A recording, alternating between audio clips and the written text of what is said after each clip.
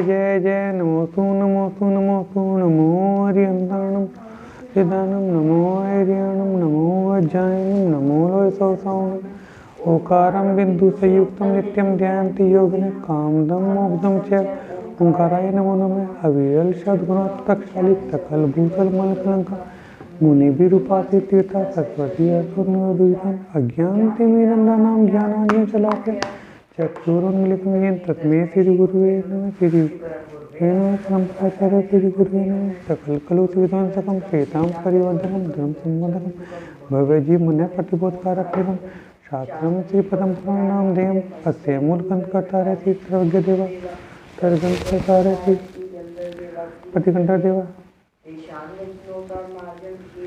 हेणाचार्येण विरचितं सर्वे श्रोतारः साधन्त्या शरणन्तु मंगलम भगवान वीरो मंगलम केवल मंगलम सर्वमंगल मांगल्यं सर्वकल्याणकारकं प्रधानं सर्वधर्माणां जैनं जयतु साधनं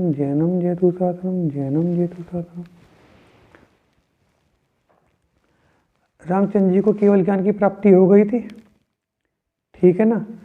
तो सीता जी का जो जीव था एमिन बन चुके थे, पटेन बन चुके थे, वे वापस 16 सड़क चले गए थे।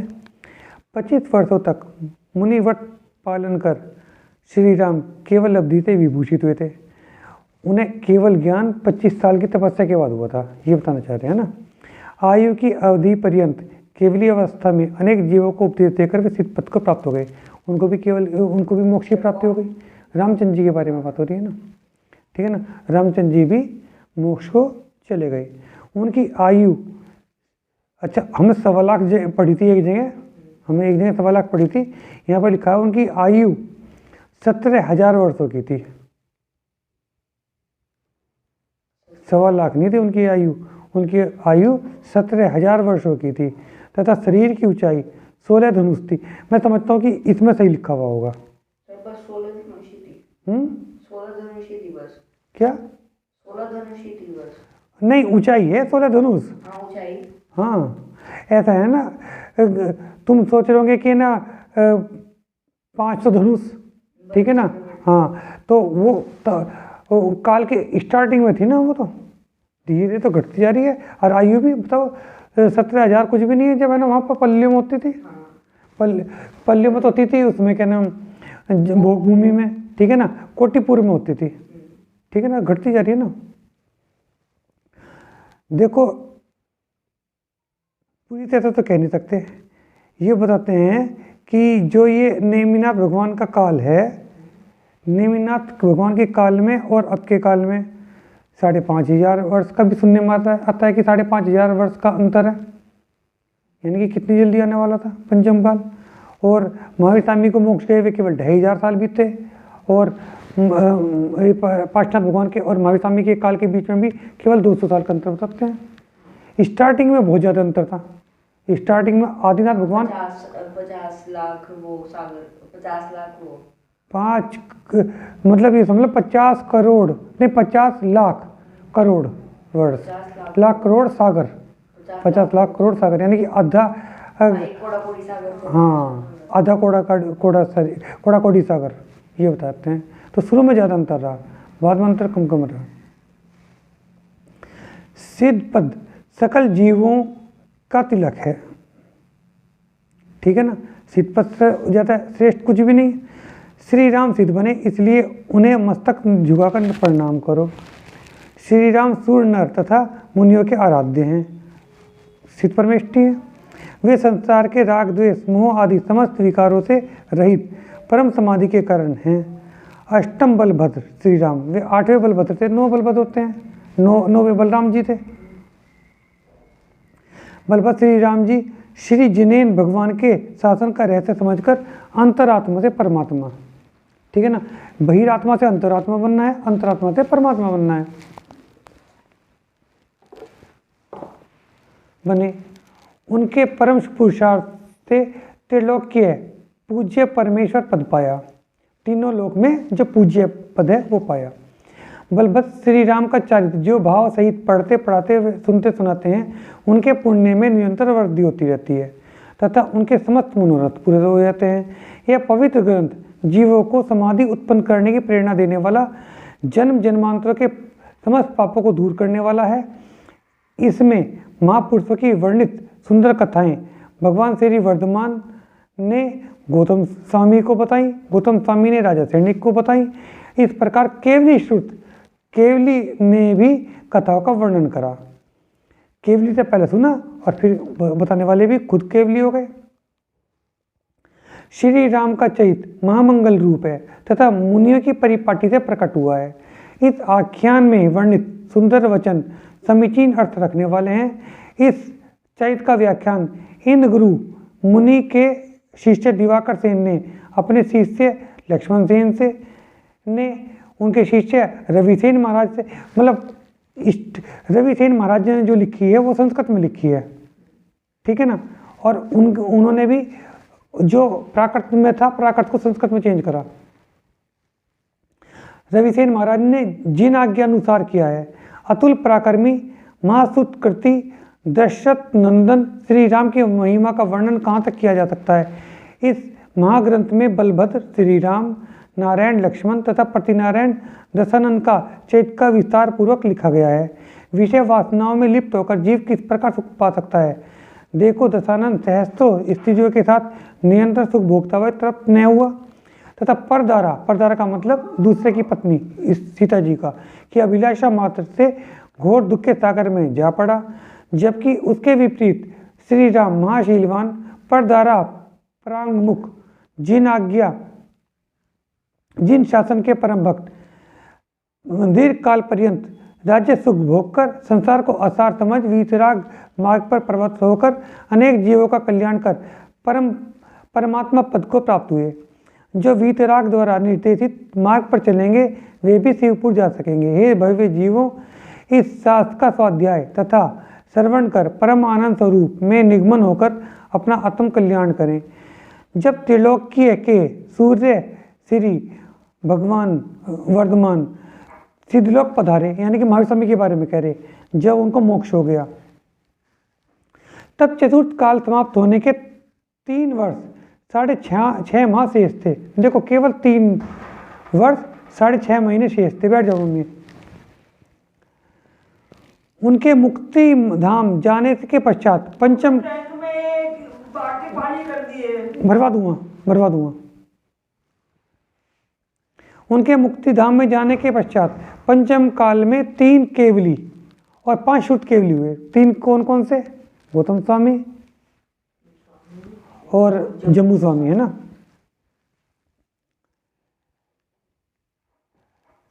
तीन केवली तथा 5 शुद्ध केवली हुए। इसलिए उस समय तक पुराण पूर्ण थे। उस टाइम तक सबको सब जानकारी थी। जैसा भगवान महावीर स्वामी ने गौतम स्वामी से कहा, वैसे ही गौतम स्वामी ने राजा सैनिक से कहा। उसी तरह आगे चलकर शुद्ध केवलियों से ने भी कहा। शुद्ध केवली को भी पूरी जानकारी होती थी। श्री महावीर भगवान के पश्चात 62 वर्षों तक केवल ज्ञान की परंपरा विद्यमान रही, ठीक है ना। तथा केवली के पश्चात 100 वर्षों तक शुद्ध केवली भी रहे। शुद्ध केवलियों को भी जानकारी पूरी रहती है। मतलब केवली और शुद्ध केवली में अंतर इतना है कि केवलियों को तो सब कुछ दिखाई देता है, आंखों से नहीं, आत्मा से, केवल ज्ञान से, है ना। और शुद्ध केवली सुनने के कारण उनको सब जानकारी रहती है। उनको वे सब चीज़ देख नहीं सकते।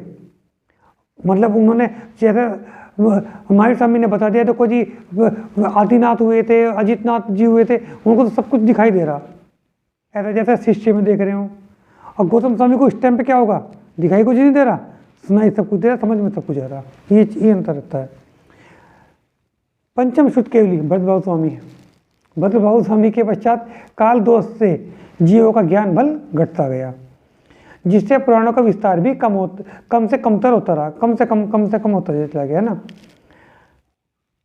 भगवान श्री महावीर को मुक्ति गए 1203 वर्ष के पश्चात, 3.5 वर्ष के पश्चात आचार्य रविसेन भगवान महाराज ने 18,023 श्लोकों में इस पुराण का व्याख्यान किया था। उन्होंने इस तरह से किया था, है ना। यथार्थ में तो जैन शास्त्र अनादि है, किसी के द्वारा बनाए गए नहीं हैं, स्वर भी बनाए गए नहीं हैं, स्वर व्यंजन आदि सब अनादि सिद्ध हैं। आचार्य श्री रविसेन महाराज कहते हैं कि मैंने कुछ नहीं किया, क्योंकि शब्द अर्थ सब कुछ अकृत्रिम हैं।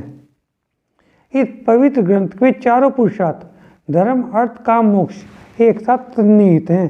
पाप पुण्य तथा उसके फलों का विस्तार पूर्वक विवेचन है। ये 18,023 श्लोक प्रमाण पद्म पुराण नामक संस्कृत ग्रंथ है। उन्होंने संस्कृत में लिखा था, जिसकी हिंदी भाषा टीका में संक्षेप में आधुनिक हिंदी साहित्य की रचना हुई, उसको हिंदी में कन्वर्ट किया गया है ना। यह महाग्रंथ जयवंतो हमेशा रहे, जैन धर्म की वृद्धि हो, शासन तथा प्रजा सुखी हो, संसार के समस्त जीव सुखी हों, स्वाधीन बने रहें। ठीक है ना। अब देखो, अब ये दुखमा काल के बारे में बता रहे, देखो वो भी अच्छी चीज़ है, हमें ये तो पता चलेगा कि दुखमा काल में क्या होगा। जो अब चल रहा है ना 5वां काल, संप्रति अवसर्पणिका 5वां दुखमा काल चल रहा है, जो अब चल रहा है ना, जो कि श्री महावीर स्वामी के मोक्ष जाने के 3 वर्ष 8.5 महीने 3 वर्ष 8.5 महीने के बाद प्रारंभ हुआ। इस काल की अवधि 21,000 वर्ष की है। हाँ, महावीर स्वामी तो चौथे काल में गए थे, तीर्थंकर होते चौथे काल में, चौथे काल में चले गए वे, लेकिन उनके मोक्ष जाने के 3 वर्ष और 8.5 महीने के बाद पंचम काल शुरू हो गया था, ये बता रहे हैं ना। और ये 21,000 साल का था। इस अवधि में प्रत्येक 1,000 वर्षों में एक कल्कि राजा, हर 1,000 साल में एक कल्कि राजा होगा, बता रहे, उसके बारे में सब कुछ जानकारी देंगे। प्रत्येक 500 वर्षों में एक उपकल्कि राजा होता है। इस प्रकार पूरे 5वें दुखमा काल में 21 कल्कि तथा इतने ही उपकल्कि राजा होंगे। हर 500 साल में तो उपकल्कि आएगा और 1,000 साल में कल्कि आएगा। देखो पूरी बात बताएंगे। चतुर्मुख नाम का इंद्र का पुत्र प्रथम कल्कि राजा हुआ। अब तो 2,500 साल बीतने को आ रहे हैं ना, कुछ साल के बाद 2,500 पूरे हो जाएंगे, है ना। तो पहला कौन हुआ था? इंद्र का पुत्र कल्कि राजा हुआ था। उसकी आयु 70 वर्ष की थी तथा राज्य काल 42 वर्ष का था। 42 साल तक वो राजा रहा। इसने प्रयत्न पूर्वक अपने योग्य जनपदों का निर्माण कर लोभ के वश में होकर मुनियों को आहार में भी अग्रपिंड को लिया। अग्रपिंड का मतलब पहला टुकड़ा, ठीक है ना, टैक्स के रूप में, तथा मुनि अंतराय को काल समझकर निराहार चले गए।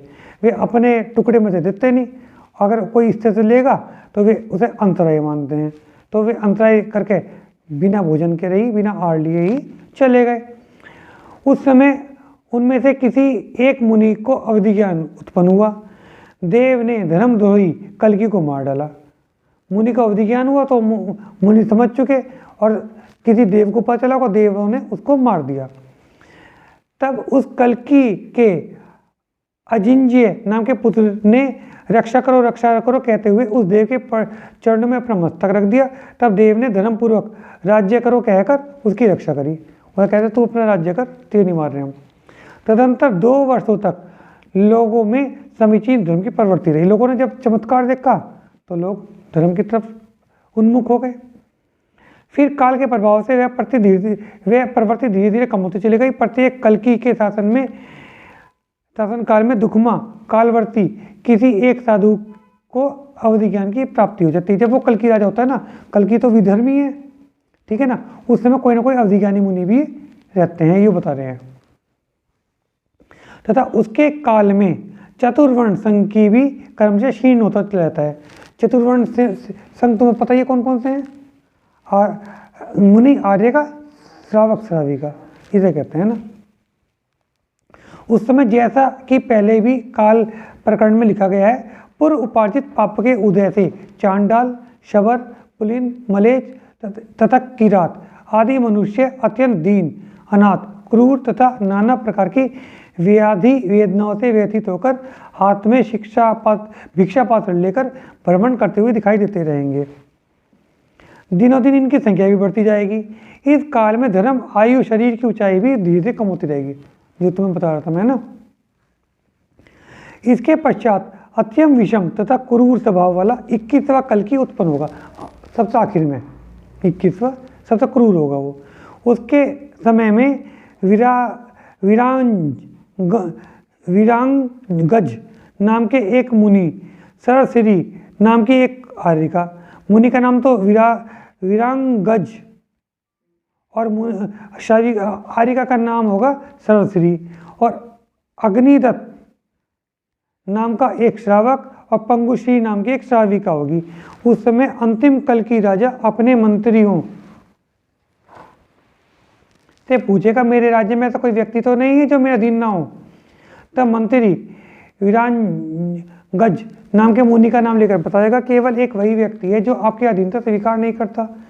वह मुनि समस्त अहिंसा व्रतों का आधारभूत, समस्त परिग्रहों से रहित होकर केवल शरीर को बनाए रखने के निमित्त दूसरे के घर में मध्याह्न काल में जाकर हस्तपुट का मतलब हथेलियों में, अंजलि में विघन रहित शुद्ध आहार को ग्रहण करता है। यह जानकर दुष्ट कल की राजा आज्ञा देगा कि वह अहिंसा व्रतधारी पापी का पता करो, वह आहार के लिए कहाँ जाता है। उस आत्मघाती मुनि से प्रथम आहार पिंड को शुल्क के रूप में राज खजाने में जमा कराओ। तब कर्मचारियों द्वारा मुनि से प्रथम आहार पिंड को शुल्क के रूप में मांगा जाएगा। तब वे उसे अंतराय मानकर निराहार वहाँ से चले जाएंगे तथा अवधि ज्ञान को प्राप्त करेंगे। तब वे मुनि राज अग्निदत्त, पंगुश्री, श्रावक श्राविका जो है ना, तथा आर्यिका सरस्वती को बताएंगे कि अब पंचम दुखमा काल का अंत आ चुका है, अब क्या को छठा काल शुरू हो जाएगा। हमारी तुम सबको की आयु अब केवल 3 दिन शेष रह गई, 3 दिन शेष रह जाएगी।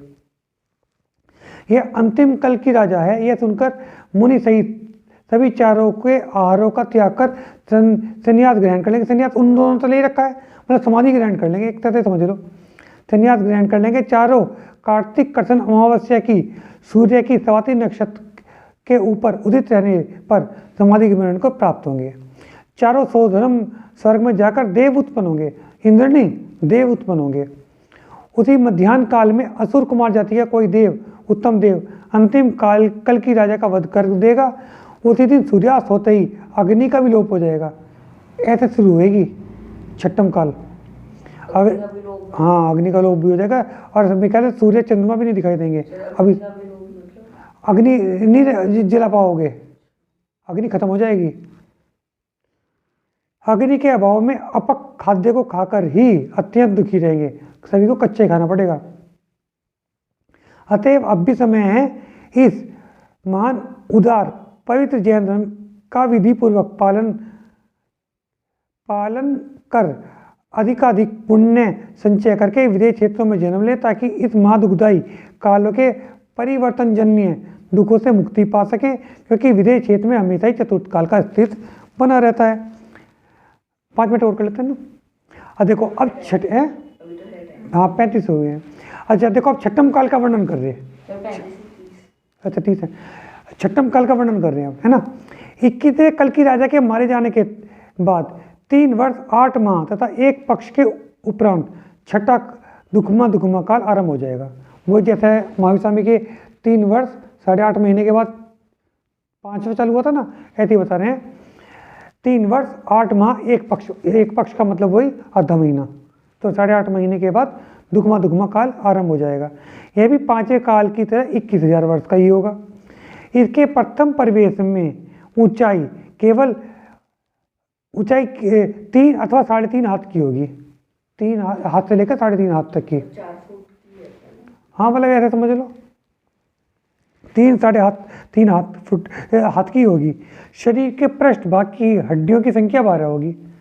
पृष्ठ का मतलब आगे, पृष्ठ का मतलब साइड होना चाहिए वैसे, हाँ पृष्ठ का मतलब साइड है ना, 12 होगी। उत्कृष्ट अधिक से अधिक आयु का प्रमाण 20 वर्ष का होगा। फल फूल मूल मत्स्यादि का मतलब मछली वगैरह का भक्ष्य होगा।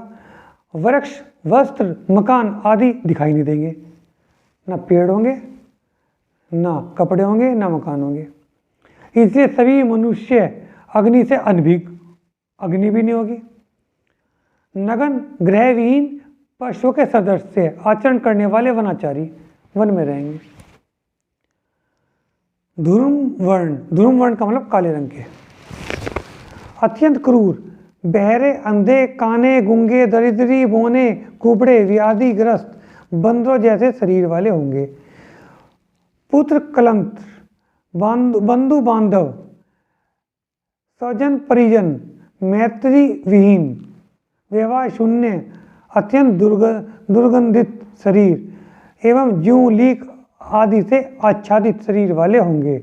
इस काल में नरक या तथा तिर्यंच गति से आए हुए जीव ही जन्म लेंगे। स्वर्ग से आके कोई नहीं जन्म लेने का, नरक से आएंगे, तिर्यंच से आएंगे, मनुष्यता ही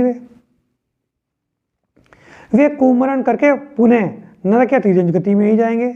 उनकी ऊंचाई, आयु तथा वीर्य का शक्ति क्रम से कमतर होता चला जाएगा। सभी मनुष्य धर्माचार से शून्य होंगे। स्वामी, सेवक, राजा, प्रजा का कोई भेद नहीं रहेगा। हुंडा अवसर्पणी होने के कारण अधिकांश लोग जैनागम के विरुद्ध होंगे। जैन धर्म कोई नहीं मानेगा, उन्हें क्या जानकारी होगी। एवं अंत में वैसे के वैसे ही बने रहेंगे। जब छठे काल के 49 दिन शेष रह जाएंगे, 49 दिन शेष रह जाएंगे, तब अत्यंत भयानक प्रलय काल प्रवृत्त होगा। आरंभिक 7 दिन तक गंभीर एवं अत्यंत भीषण संवर्तक नाम की प्रचंड वायु चलती रहेगी। पहले तूफान आएगा 7 दिन तक, 49 बताया ना, पहले 1 हफ्ते तक तो प्रचंड वायु तूफान आएगा, जिससे समस्त वृक्ष, पर्वत, शिलाएं आदि खंड होकर चूर चूर हो जाएंगे। वृक्ष, पर्वत आदि के टूटने से मनुष्य एवं तिर्यंच अत्यधिक कष्टदायी मृत्यु को प्राप्त हो जाएंगे, क्योंकि उनकी सुरक्षा के लिए कोई पृथ्वी पर कोई जगह ही नहीं बचेगी। इस अवसर पर 72 युगल 72 जोड़े सिंधु नदियों के समीप तथा विज्यार्थ वन के मध्य भाग में प्रवेश पाने में सफल हो जाएंगे। उसी समय देवगण भी दया का मतलब दया करके असंख्यात जीव जंतुओं को उन्हीं प्रदेशों में ले जाएंगे। संवर्तक नाम की प्रचंड वायु के प्रवाह के उपरांत तूफान के बाद मेघमंडल अत्यंत भयंकर गर्जन करता हुआ लगातार 7 दिन तक अत्यंत शीतल, बिल्कुल बर्फ जैसी क्षारयुक्त, विषयुक्त जलवृष्टि करते रहेंगे। बारिश होएगी 1 हफ्ते तक। उसके बाद 7 दिनों तक क्रमशः धूल ने धूम का मतलब धुआं, धूली, वर्ज, प्रज्वलित अग्नि ज्वाला बरसती रहेगी। इस क्रम में भरत क्षेत्र के अंतर्गत आर्यखंड में चित्रा पृथ्वी के ऊपर स्थित 1 योजन परिमाण भूजल कर भूमि जलकर नष्ट हो जाएगी। वज्र तथा महाअग्नि के प्रकोप से आर्यखंड की बहती हुई भूमि अपने पूर्ववर्ती स्कंद स्वरूप को छोड़कर लोकांत तक पहुंच जाएगी, लोक के अंत तक पहुंच जाएगी। उस समय आर्यखंड शेष भूमियों के समान दर्पण तल सदृश कांति से आभा में एवं धूली तथा कीचड़ की कलुषता से रहित हो जाएगा। धीरे धीरे वो साफ होने लगेगा, है ना। वहाँ पर उपस्थित मनुष्य की ऊंचाई 1 हाथ, आयु 15 या 16 वर्ष की होगी। वीर्य आदि भी तदनुसार ही होगा। इस प्रकार छठा काल समाप्त हो जाएगा। ये छठे काल के अंत की बात है। उत्सर्पणी काल के बाद अब प्रथम उत्सर्पणी काल का प्रथम दुखमा काल, ठीक है ना। अब क्या हो जाएगा, अगली बार फिर दुखमा काल आना है। दुखमा के बाद फिर दुखमा ही आएगा ना। तदंतर अत्यंत रमणीय उत्सर्पणी का प्रथम काल प्रारंभ होगा। इस उत्सर्पणी काल के भी असर्पणी की तरह 6 भेद होंगे, ठीक है। 6 भेद होंगे ना। कहाँ से स्टार्टिंग होगी, दुखमा से, छठम काल से, फिर होगा दुखमा काल, फिर दुखमा सुखमा, फिर सुखमा दुखमा, सुखमा और सुखमा, है ना। लास्ट के 3 ये भोग भूमि होंगी। इस उत्सर्पणी काल में मनुष्य की ऊंचाई तथा आयु उत्तरोत्तर निरंतर बढ़ती चली जाएगी। प्रारंभ के 7 दिनों तक पुष्कर नाम के मेघों द्वारा अत्यंत सुख उत्पादक जल बरसेगा, जिसमें वर्जाग्नि द्वारा जली हुई पृथ्वी अत्यंत शीतल हो जाएगी। तत्पश्चात 7 दिनों तक शीर जल की बारिश होगी, पृथ्वी अत्यंत शीतल हो जाएगी। तत्पश्चात 7 दिन, इसके पश्चात पृथ्वी उत्तम कांति में हो जाएगी। तत्पश्चात अमृत मेघ 7 दिन तक अमृत की बारिश करेंगे, जिससे समस्त भूमि लता एवं गुलमों से मतलब फूल वगैरह आ जाएंगे। तदनंतर 7 दिन रस मेघ दिव्य रस की वर्षा करेंगे, जिससे समस्त लताएं दुर्म आदि रस से परिपूर्ण हो जाएंगे। विविध रसपूर्ण औषधियों से संपन्न समस्त भूमि सुखप्रद हो जाएगी। शीतल एवं सुगंधित पवन की अनुभूति पाकर गुफाओं में छिपे मनुष्य तिर्यंज पुलकित होकर बाहर निकल आएंगे। उस समय मनुष्य तथा तिर्यंज नग्न रहकर पशुओं जैसे ही आचरण करेंगे। क्षुधा निवृत्ति के लिए वनों में धतूरा आदि वृक्ष के फल फूल पत्ते आदि का भक्षण करेंगे। उस काल के प्रथम मार्ग में मनुष्य की आयु 15 या 16 वर्ष तथा ऊंचाई 1 हाथ के बराबर होगी। फिर आयु ऊंचाई तेज बुद्धि बल क्षमा धैर्य आदि उत्तरोत्तर बढ़ते चले जाएंगे। इस प्रकार पृथ्वी 21,000 वर्ष प्रमाण के उत्सर्पणी काल के प्रथम दुखमा काल की समाप्ति हो जाएगी।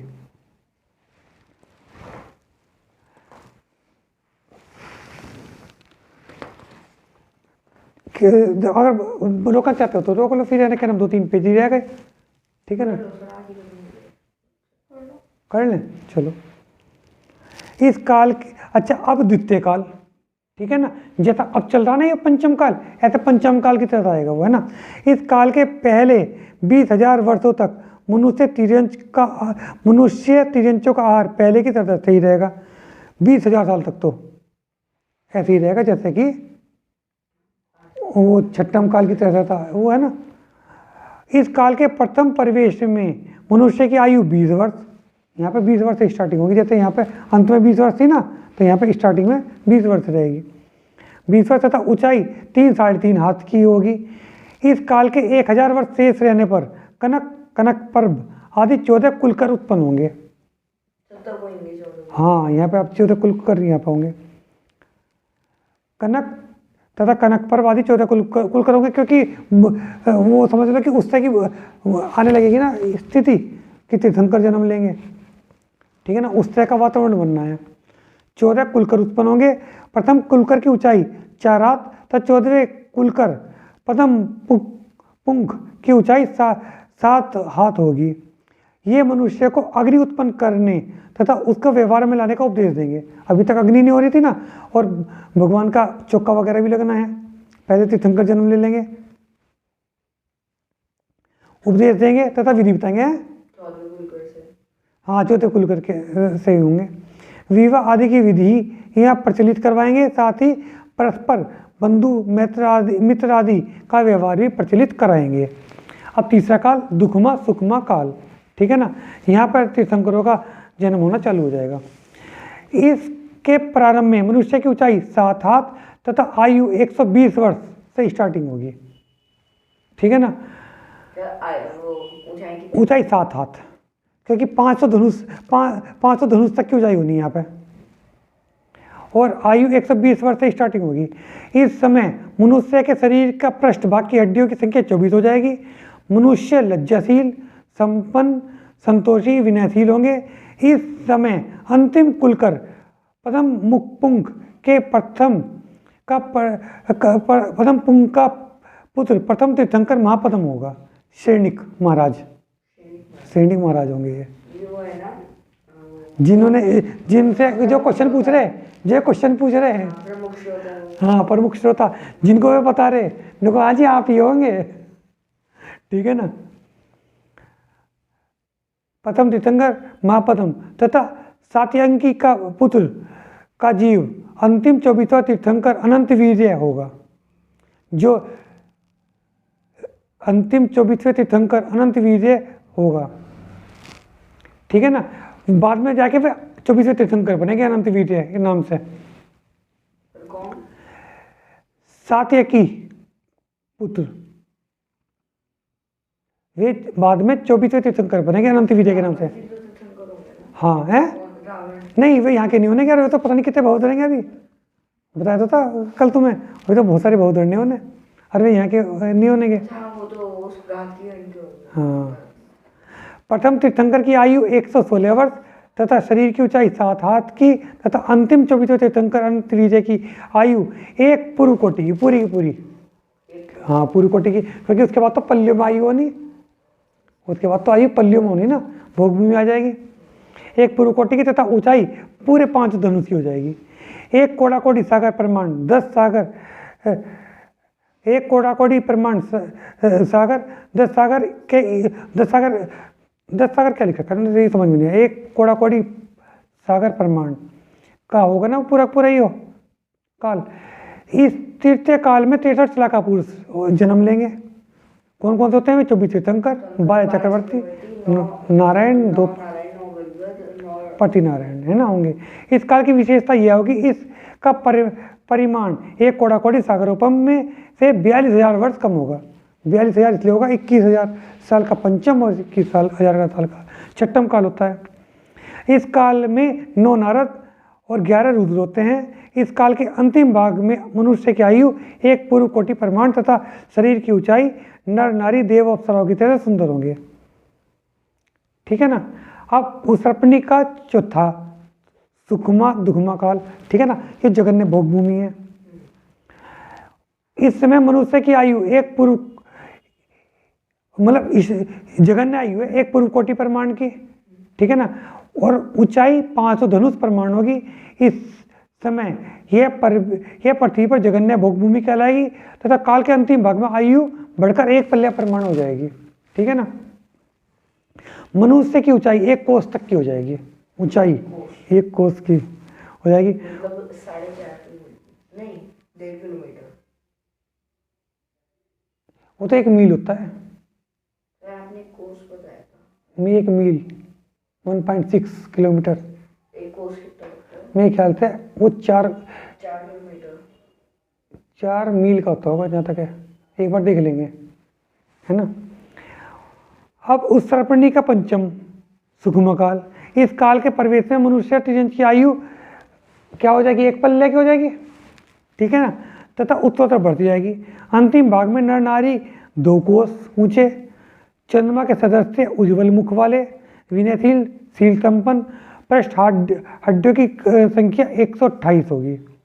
उसर्पणी का छठा सुखमा काल, इस काल के प्रवेश में तो आयु ऊंचाई आदि पूर्व के अनुसार ही रहती है, फिर क्रम से बढ़कर मनुष्य की आयु 3 पल्ले प्रमाण तथा ऊंचाई 3 कोस तक की हो जाती है। शरीर का वर्ण उदीयमान सूर्य के सदृश हो जाता है। उस समय पृथ्वी पर उत्तम भोग भूमि के नाम से प्रसिद्ध हो जाती है।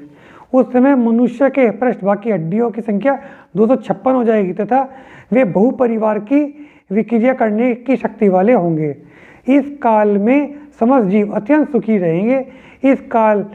इसी से यह काल जनप्रिय कहलाएगा। इसके पश्चात आर्यखंड में असर्पणी काल प्रारंभ हो जाएगा, है ना। इस प्रकार यह कालचक्र अर्हट, आर्यखंड का युग है।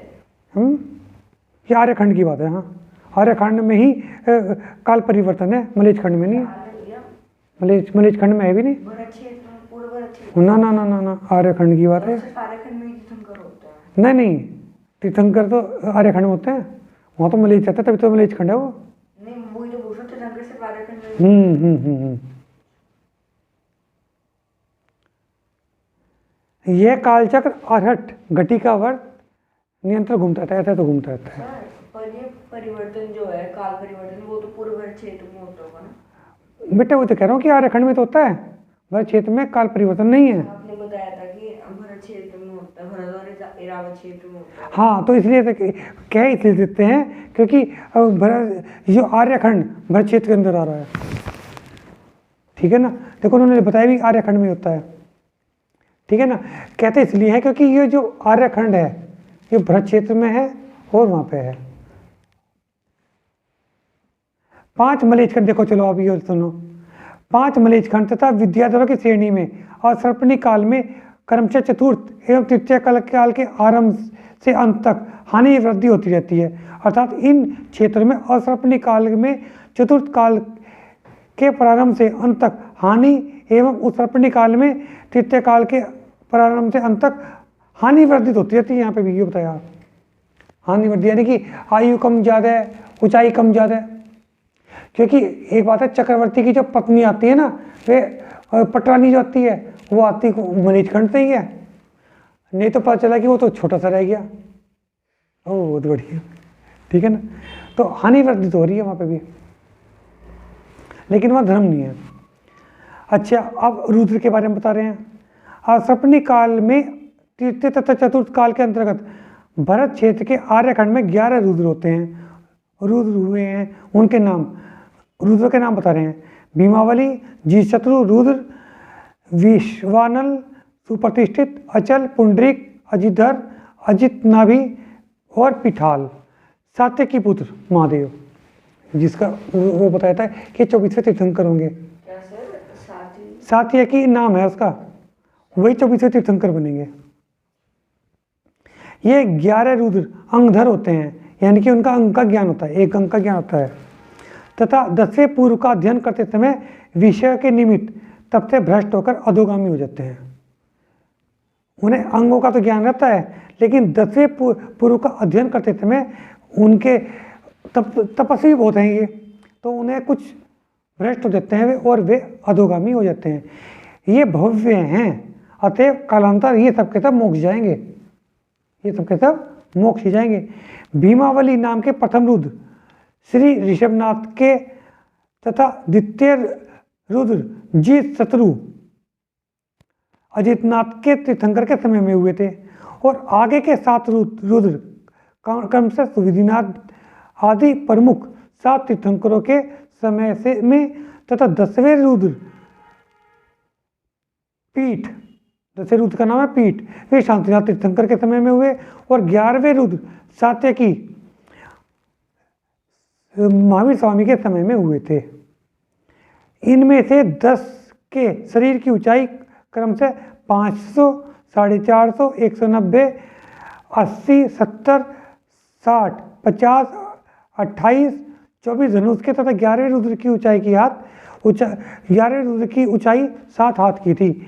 इसी प्रकार इनकी आयु प्रमाण 83 लाख पूर्व जो पहले थे, 71 लाख पूर्व, 2 लाख पूर्व, 1 लाख पूर्व, 84 लाख वर्ष, 60 लाख वर्ष, 50 लाख वर्ष, 40 लाख वर्ष, 20 लाख वर्ष, 10 लाख वर्ष और 69 वर्ष की जो आखिरी के हुए। इसी क्रम में प्रथम रुद्र भीमावली के का कुमार काल 27,66,666 पूर्व, संयम काल कुमार काल से 2 पूर्व अधिक, और तथा भंग तप काल कुमार काल के बराबर था। द्वितीय रुद्र जीशत्रु का कुमार काल 23,66,666 वर्ष, इतना ही भंग तप काल तथा संयम काल तप काल से 2 वर्ष 2 पूर्व अधिक था। तृतीय रुद्र का कुमार काल तथा भंग तप काल 66,666 पूर्व प्रमाण तथा संयम काल कुमार काल से 2 पूर्व अधिकता। चतुर्थ रुद्र कुमार का भंग तप काल 33,333 पूर्व तथा संयम काल तप काल से 1 पूर्व अधिक।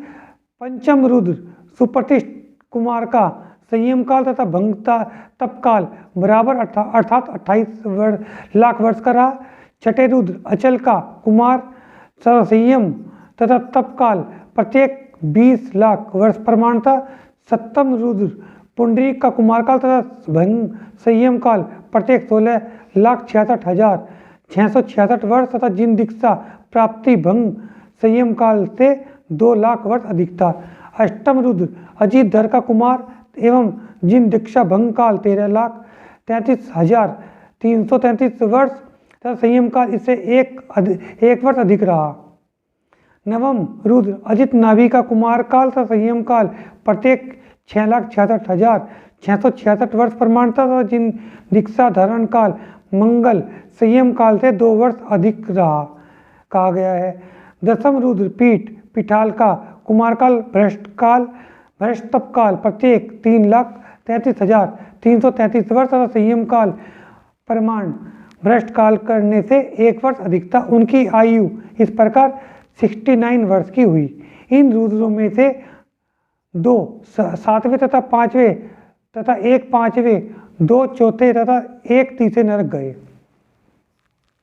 इस तरह 11 रुद्रों के मतलब गए सबके सब नरक ही जाते हैं। ये इस इस इन 11 रुद्रों में 2 जीव भव्य हैं। इन 11 रुद्रों में से केवल 2 जीव भव्य हैं। अतएव नियमानुसार काल कर्म के से मोक्ष जाएंगे। इसके अतिरिक्त चक्रवर्ती बलदेव, नारायण के अग्रज नारायण, नारद, कामदेव तथा कुलकर, इन सबकी आत्माएं भी भव्य आत्माएं होती हैं। अतः ये सभी काल क्रम से सिद्ध पद को प्राप्त करके मोक्ष जाएंगे। जिनवाणी माता की जय। जिनवाणी जग मैया जन्म दुख मेट दो। जिनवाणी जग मैया जन्म दुख मेट दो। जन्म दुख मेट दो, मन दुख मेट दो। जिनवाणी जग मैया जन्म दुख मेट दो। समो शरण का महल तुम्हारा गणधर जय भैया। समो शरण का महल तुम्हारा गण जैसे भैया। कूद कूद से पुत्र तुम्हारे तीर्थंकर थे सैया। जन्म दुख मेट दो। जिनवाणी जग मैया जन्म दुख मेट दो। सात तुझे द्रव्य बताए हो उपकारी मैया। सात तुझे द्रव्य बताए उपकारी मैया। जो भी शरण में आया उसकी पार लगा दो। जन्म दुख मेट दो। जिनवाणी जग मैया जन्म दुख मेट दो। संकट मोचन नाम तुम्हारा तुम हो जग मैया। संकट मोचन नाम तुम्हारा तुम जग की मैया। हाथ जोड़कर शीश नवाऊं पढ़ूं तुम्हारे भैया। जन्म दुख मेट दो। जिनवाणी जग जन्म दुख मेट। या वाणी के ज्ञान से सूर्य लोकालो। सो वाणी मस्तक नमो सदा दे तू दुख। हे जिनवाणी भारती तो जबूत। जो तेरी शरण आ गए तो पावे तुझ। जिनवाणी माता की जय। जय जिनेन्द्र।